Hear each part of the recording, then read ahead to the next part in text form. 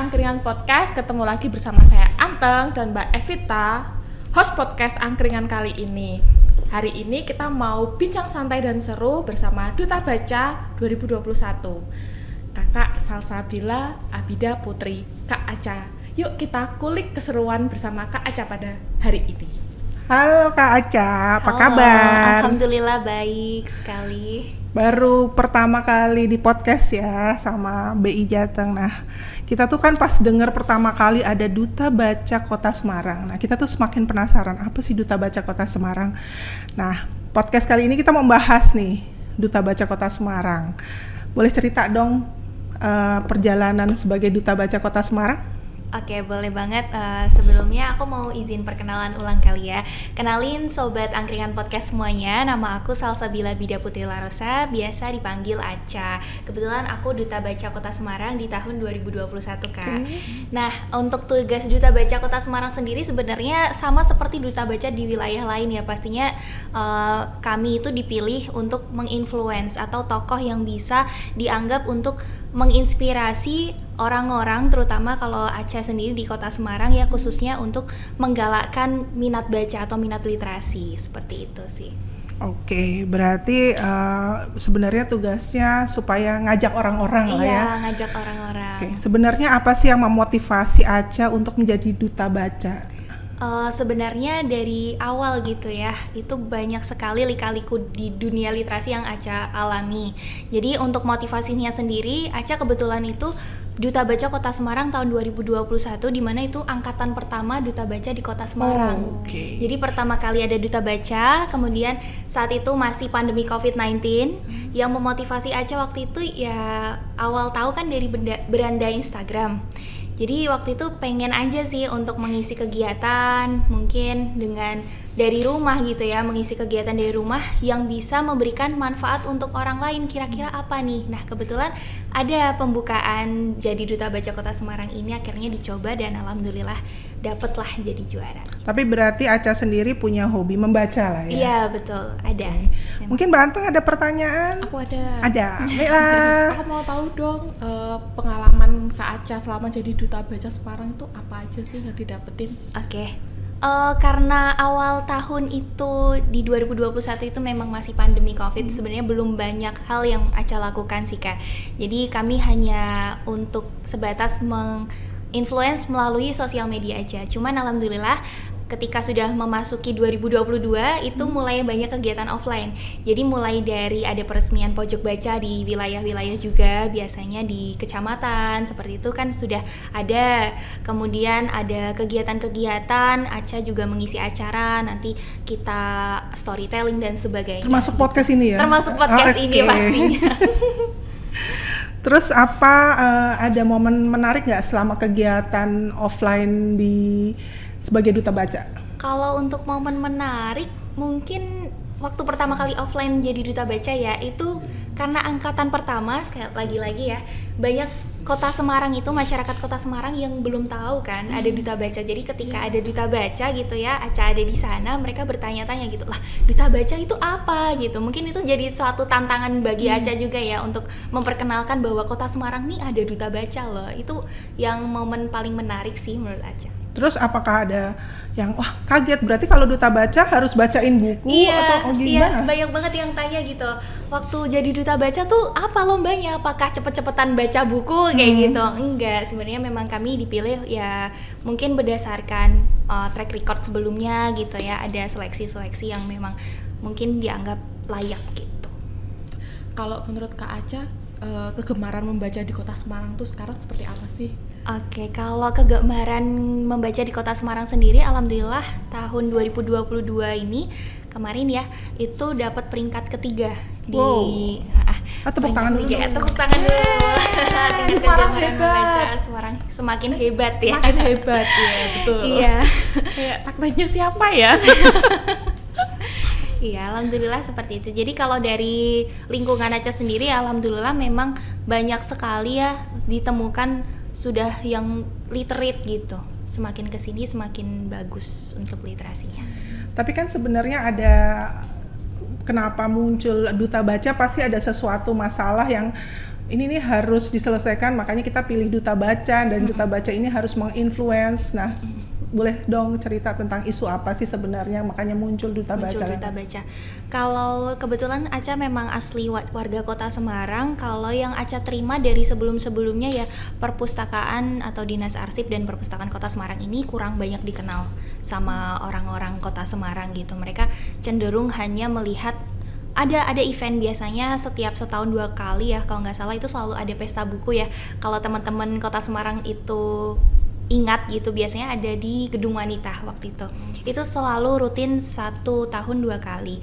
Cuman di acara itu hanya ada bazar buku yang menurut Aca mereka hanya kenal dengan bazarnya, padahal itu adalah salah satu program dari Dinas Arsip dan Perpustakaan Kota Semarang. Nah, cuman masyarakat ini tidak melihat ke belakangnya, tidak melihat ke Dinas Arpusnya. Nah, mungkin dari situ Dinas Arsip dan Perpustakaan pengen mencarikan ikon gitu ya, ikon untuk perpustakaannya sendiri, gimana caranya perpustakaannya itu hidup, bukan hanya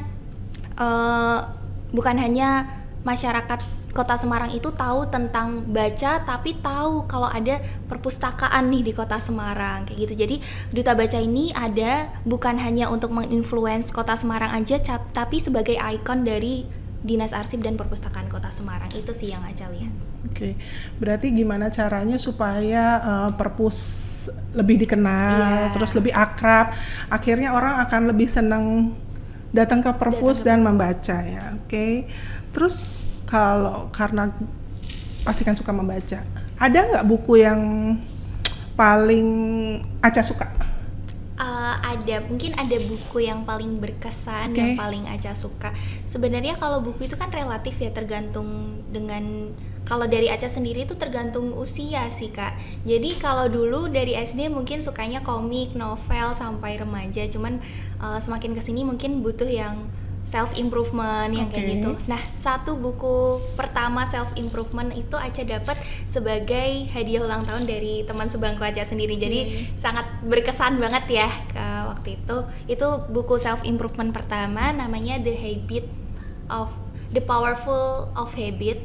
Itu karya Charles Duhigg. Itu sih. Boleh cerita sedikit isinya tuh buku apa, makanya itu bikin Aca jadi ini paling bagus. Iya, jadi memang sesuai dengan judulnya ya, The Powerful of Habit. Jadi itu tentang kebiasaan, gimana kita bisa membiasakan diri untuk menjadi orang yang lebih tertata atau terstruktur lagi kayak gitu. Jadi ya itu yang membuat Aca semakin hari ya semakin kesini yang Aca rasakan gitu, kehidupan ini tuh akhirnya melihat peluang gitu. Kita hidup itu selalu ada peluangnya kayak gitu. Bagaimana kita mengambil peluang itu, kita jadikan rutinitas. Termasuk peluang jadi duta baca. Oke. Kalau dari Aca sendiri kan ada kegemaran baca buku. Kira-kira itu dalam 1 minggu atau 1 bulan atau 1 tahun itu ada berapa judul buku yang udah dibaca gitu? Atau mungkin 1 minggu itu ngabisin berapa buku sih? Oh, kalau untuk saat ini ya 1 minggu tuh belum tentu 1 buku tuh habis sih di Aca, karena tergantung jenis buku dan juga ininya, ketebalan bukunya. Kalau dulu tuh Aca paling nyaman kalau baca buku seminggu bisa 1, karena memang yang kecil-kecil, karena mudah bosan waktu itu. Jadi yang Teen lit ya? Gimana? Baca teen lit.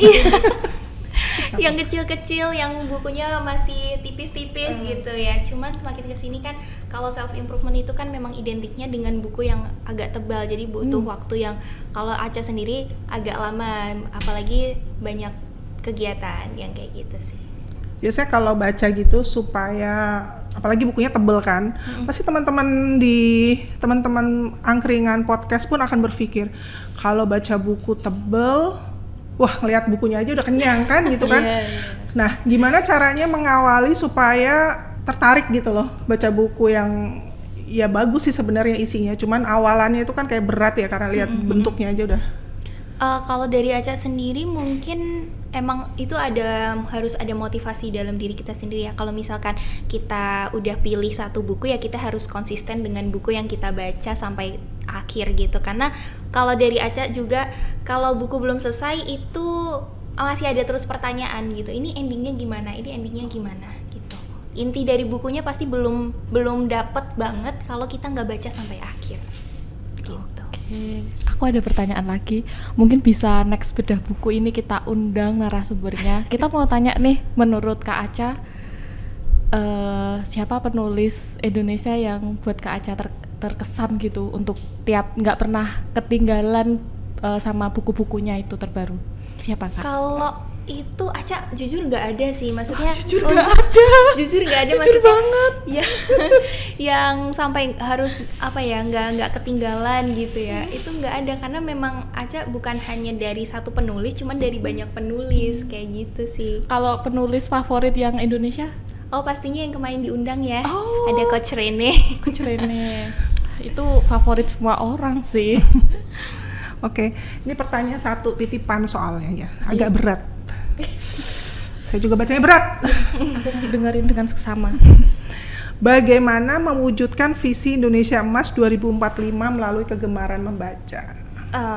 Oke, memang berat ya. Mungkin Indonesia Emas 2045 itu ada 3 area perubahan ya, itu ekonomi, sosial, dan tata kelola gitu.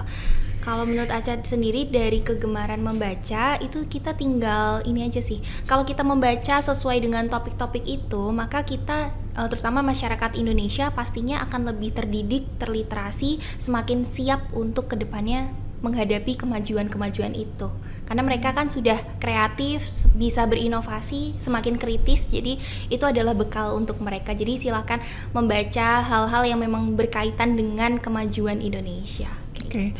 Terus kalau untuk kemajuan Indonesia ya, menurut Aca kira-kira mungkin umur berapa sih harusnya mulai membiasakan membaca, atau mungkin sebenarnya membaca itu harus rutin 1 buku sebulan, atau rutin harus 1 buku sebulan, itu 1 buku cerita, 1 buku politik, 1 gitu, gimana?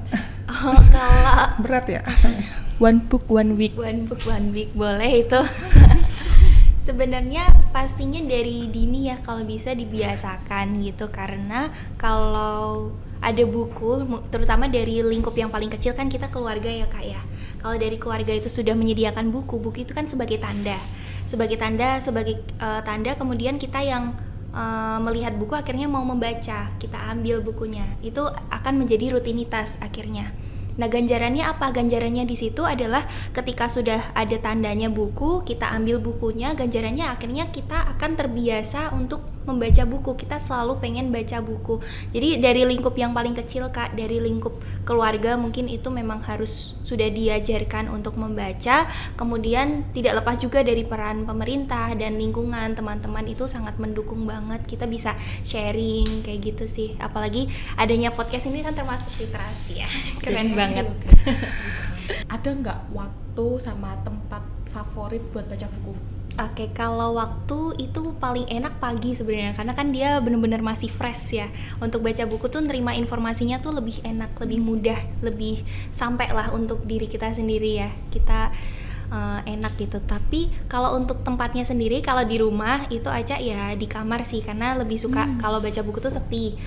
Nah, enaknya juga kalau baca buku enak sepi gitu. Cuman untuk tempat mungkin di perpustakaan, ya di perpustakaan BI ini termasuk tempat yang paling nyaman karena sepi, nggak bising juga gitu. Yeay.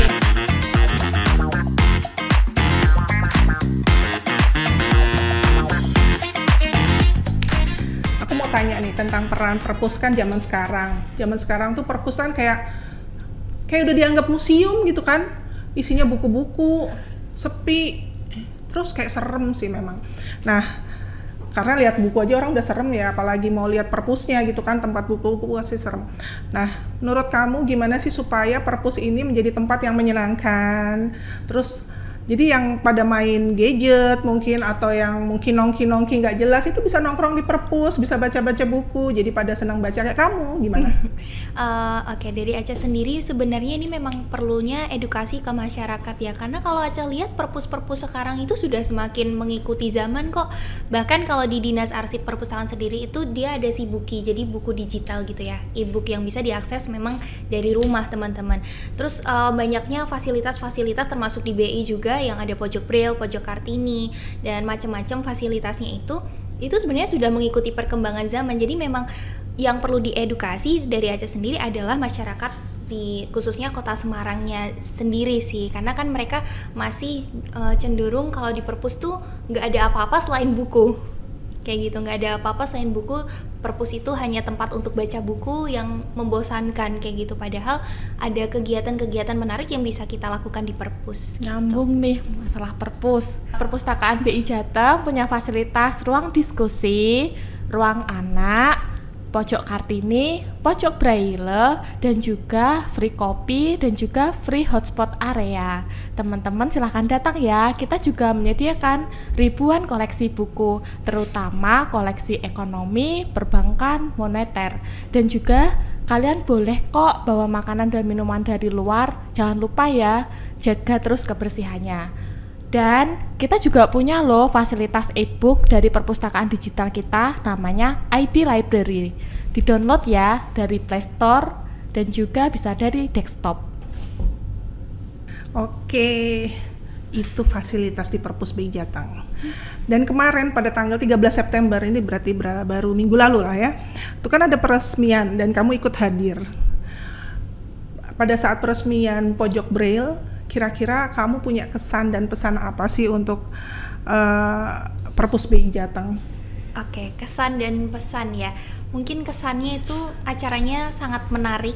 Di lokasinya pun juga di perpustakaan gitu ya. Biasanya kan kita kalau ada acara-acara bedah buku itu tidak memfungsikan perpustakaan gitu. Bahkan banyak yang mungkin ke hotel atau segala macamnya. Cuman ini acara memang sengaja berada di perpustakaan, itu salah satu cara juga kan untuk mengundang banyak khalayak yang hadir gitu dalam acara itu.